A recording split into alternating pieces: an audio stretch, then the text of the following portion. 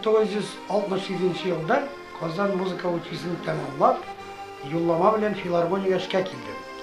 Минем теләгем иде, минем дә бала чактан ул хыялым, менә шул эстрада бүлегенә эләгеп, җырчылар, битләр дә эшләргә иде.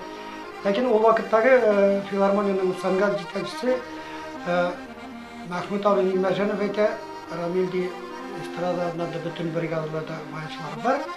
Әйтәм, менә җыр-бию ансамбленә бер баянчы кирәк, анда 3 баян шуларга ди. Шунда әлегә эшләп тор, аны көч күр диде. Мин чынлап та ул җыр-бию ансамблендә 1 ел эшләдем. Һәм аңа үкермим генә түгел, бик шатмын, чөнки мин ансамбльнең кухнясын белдем, һәм анда уйнау үзенә күрә бер мәктәп тәдрисын әйткәндә. Шуннан 1 ел үткәч, шулып Мәхмүт абый шакырып алды да минем бүлмәсенә. Рамил, менә синең хыялың тормышка аша ди. Ой, мәктәп нәрсә булды икән.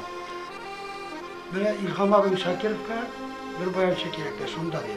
Бу миңа инде дөресен әйткәндә күктән төшкән бәхет булды. Илһам абыйның ул вакытта инде иң көчле вакытлар иде дигәндә инде. Шун мәгънәсендә кояш кебек балкый иде. Һәм аның белән 20 елга якын эшләргә туры килде. Без аның белән башлыча менә СССР заманы битендә Ленинградтан алып, әллә кай ерак Себерләргә кадәр бөтен шәһәрләрне урап чыктык һәм бер мәртәбәдә түгел.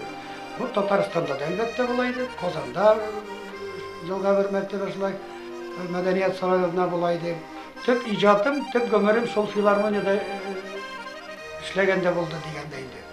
Бик күп ул гомердә башка кәсеп булсам, кәсеп кешесе булсам, гомердә ул кадәр йөри алмадым иде әлбәттә.